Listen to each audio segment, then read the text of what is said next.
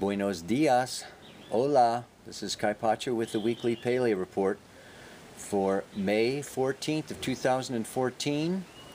Lots going on here. I'm back home now. Let's see what the scoop is. Venus is in Aries. And, you know, I just get this notion. First of all, today's the full moon. It's like within a couple hours. I'm talking to you now, energized with the Taurus sun, full moon in Scorpio. Yeah.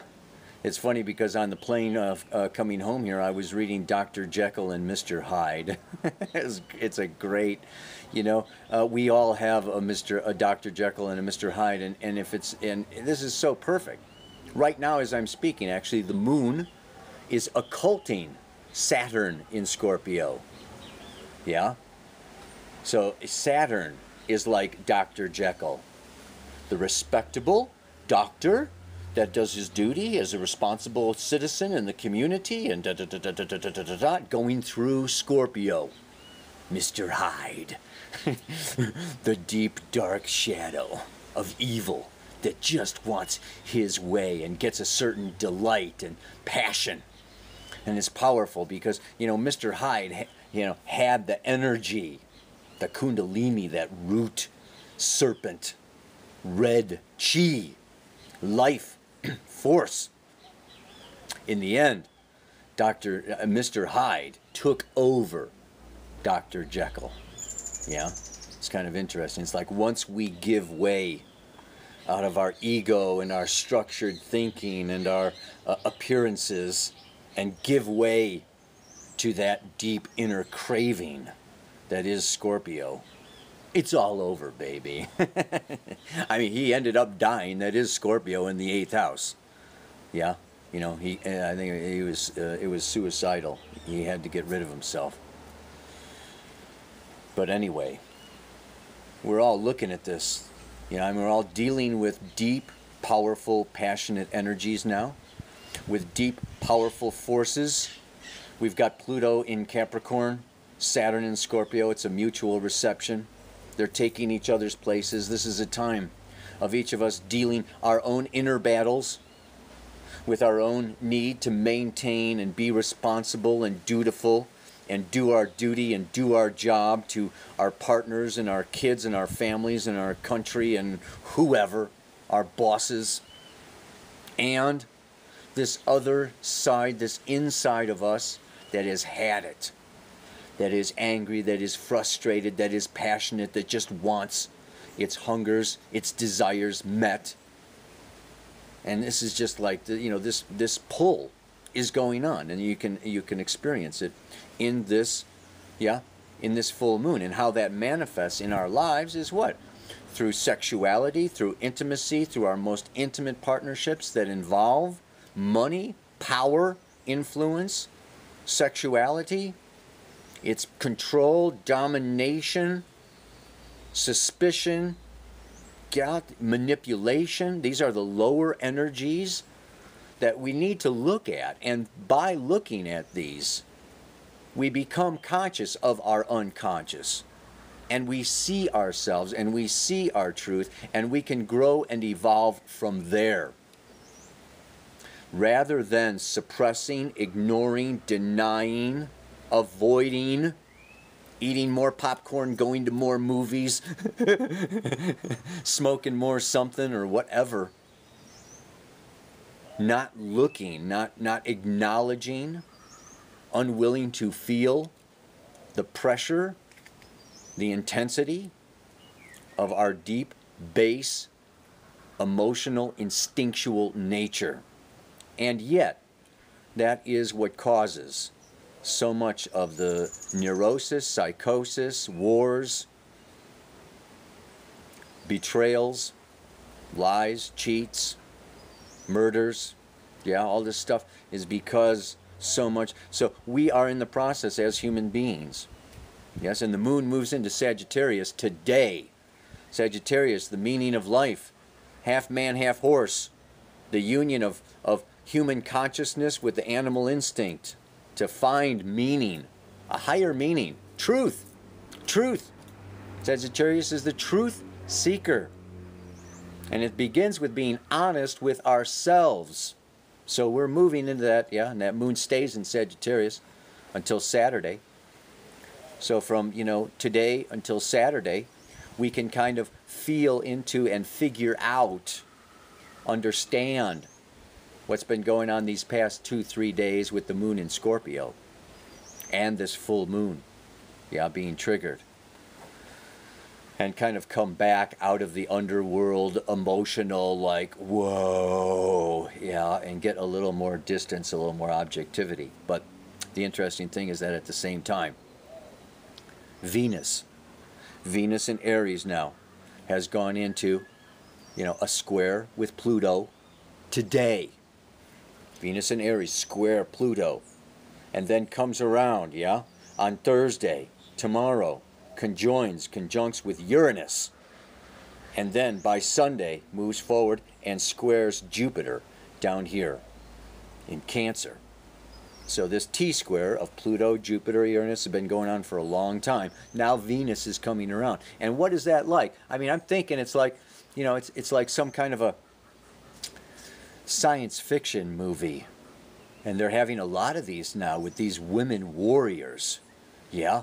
Final retribution or something, where you got these Xenas, these powerful women, and this is this Venus warrior coming into, coming into Aries, and facing Uranus. Uranus is science fiction, electricity, the future, the computers, the aliens, yeah, I mean, just like getting zapped, getting zinged. So here's this feminine energy that's just like getting, like electrified. Squaring that Pluto. It's like this death of the old, we could say, patriarchal, submissive, yeah, the old feminine energy that's tame, that's calm, that's, this inner, slow, receptive, understanding, tearful, nurturing, sensitive, and this now emerging, powerful goddess energy. It's like Venus coming through this T-square is getting, we're all, men have a feminine side also. This feminine energy, Mother Nature, is getting rejuvenated, reborn just this week through this Venus hitting Uranus, Pluto, and then finally on Sunday it's nice to have her finish with a square to Jupiter. Yeah, which is like, wow, made it through that. It's like running the gauntlet, getting battered and beaten, and it's like we can feel with this full moon energy, that Saturn over there in Scorpio. And I got to talk about that Saturn, but there's other stuff. There's so much to talk about today. Wow. I want to talk about Mars, because Mars has been going retrograde since March 2nd. And this weekend, Mars goes direct at 9 degrees. So I'll tell you, since March 2nd, it's been like fighting your way out of a paper bag, or like, it's like, well, how do I get out of this, or how do I move forward, or it's like, just really feeling, yeah, we can all have been feeling somewhat held down, held back, suppressed, not able to do Mars direct, that warrior energy of go forward. So it has been a time. Venus was in Pisces, Mars was going direct. We got this, the grand trine going on with Jupiter, Chiron, and Saturn in the water signs. It has been this time of look inside yourself, of reflect, of don't just impulsively or spontaneously act. Feel into the moment, into the relationship, into the depths of yourself, and get in touch with your deepest needs, your deepest desires, your deepest ambitions and goals, and maybe change and modify your definition of success or the meaning of your life. This has been a really, you know, from March 2nd till this time, you know, this Mars retrograde, you know, is like reflect instead of act. It's more react. So, at least for me, man, I'm really looking forward to this. I'm really looking forward to Mars going direct because things are going to start moving again. It's like we've been loading the boat, you know, and going like, all right, all right, all right, you know, we got fair weather, let's get sailing. Well, it's time. When Mars goes direct on, you know, Sun goes into Gemini on Tuesday, Mars goes direct on Monday. Things are going to lighten up.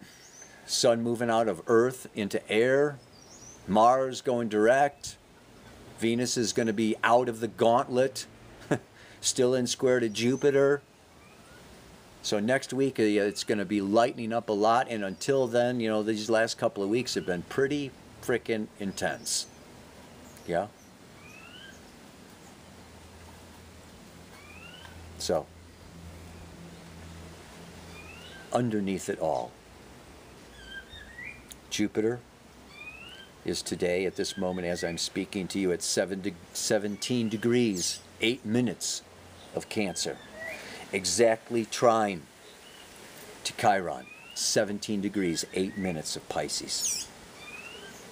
And they're both trine to Saturn, retrograde at 19 degrees Scorpio. So Saturn's coming back, Jupiter's moving up. This trine is going to be active for another month or so, at least. And if I look at the energies of that, it is a grand trine in water, and Chiron has to do with healing crisis. And when it's in the sign of Pisces, it's dealing with sensitivity, with overwhelm, with hypersensitivity, too much, feeling chaos, feeling confusion. It's selflessness, egolessness. It's the dissolving of our selfhood into community, into oneness. I just saw this video on Facebook of this guy singer that won the awards over there in Europe or something. You know, a bearded man with these feminine features and a total drag queen. You know, he's got the female clothes and the earrings and, you know, beautiful makeup on, and then this handsome beard. Yeah? I mean, we are moving into this future state of this androgynous, this balancing of this masculine and feminine, is this new integration of the masculine and feminine. It's a new identity of what it means to be human. And removing a little bit of that identity from our physical body, from our sexual, yeah, whether I'm a man or a woman. We are both male and female. Whether we're in a male body or a female body, we are both masculine and feminine. And we can see these roles, yes, melting and moving out of, yeah, out of the foreground, and new personalities, individualities emerging, and this is changing, and this is this Chiron, this ego. Chiron is the rainbow bridge between Saturn and Uranus, between the ego structure and the future third eye opened, aware, you know, liberated self. And so this moving through Pisces is the final surrender. It's this final letting go of this release over the last 50 years. It's a 51-year cycle. Chiron's got a couple more years in Pisces. But this has to do with, you know, in Pisces there's no ego. It's selflessness. It's spirit, which can have its own, you know, too much. You know, too much of that leads to challenges. Yeah. No immune system, you have issues and challenges, yeah, autoimmune disorders and things like that. But the crisis here is that as we get our ego separateness out of the way, we open to our spiritual infiniteness, and the defined becomes infinite. And we step out of subtraction into multiplication. Yeah, so this is a it is a shedding of that which we don't, if we no longer need, of identities, of jobs, possessions, appearances, relationships that are based upon role playing or old, yeah, inherited patriarchal belief systems, structures, fears, expectations, giving way and making way. Yeah, this grand trine is making way for this Jupiter in Cancer, where it's exalted to just really come into, yeah, this unconditional self-love. And that unconditional self-love is going to be emanating even more as Jupiter moves into Leo in July. So, and the final, you know, the final thing about this grand trine, then, of course, is Saturn up there in Scorpio, which we've been dealing with since October of 2012. And I don't want this report to be too long, but, you know, Saturn has basically gone up to 23 degrees and back down to 16. It's going to, you know, it's going to go direct at 16 degrees on July 20th. So between 16 and 23 degrees of the fixed signs, Scorpio, Leo, Taurus, and Aquarius, 16 to 23 degrees, if you've got planets there, this Saturn has been hammering you. And it has been a real challenge to deal with the obstacles to union, the demands, the expectations, the commitments, the duty to the other has been really strong for all of us, but particularly people with stuff in those degrees. And you know, that is part of this grand trine now, as I see it, is this coming into awareness of our intradependency. It's time for community, it's time for relationship, it's time to unite, it's time to, you know, knock off the solo flying and connect and understand in Lakesh alakin. I am another you. It is really coming much more into this awareness. Yes, that I am both masculine and feminine. I am an individual, but I'm part of this community, this family, this tribe, this group. It's really reaching out consciously to expand our identities with and through partnership, relationship, both intimate, business, and otherwise, community, to help transform, clean up, and beautify our Mother Earth. Yeah?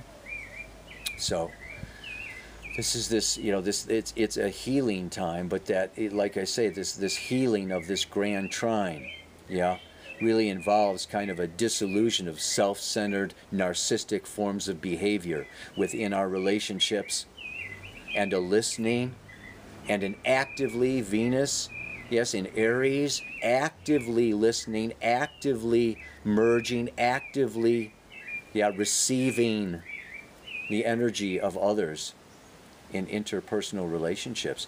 And then, of course, that's what the full moon is about.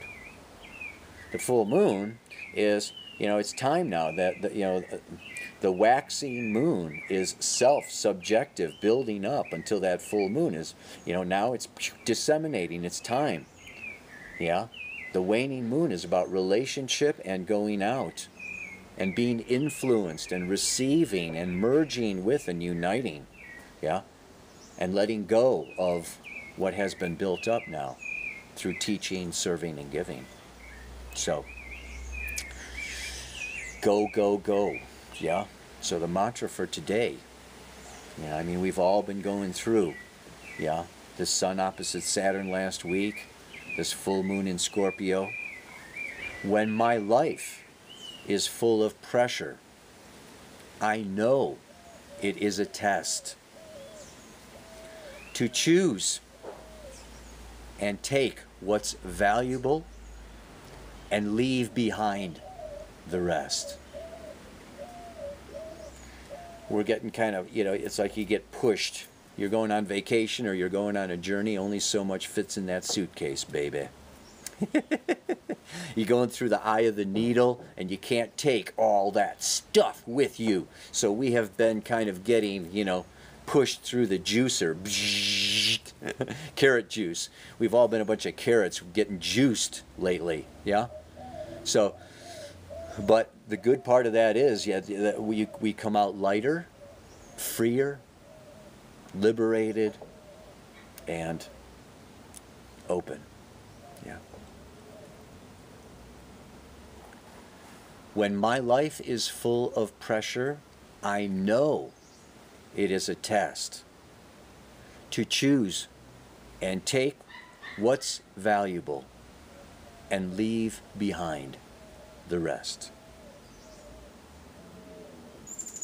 Let it go, trust, move forward into expanded community, relationship, partnership, and many and most of our dreams will be realized.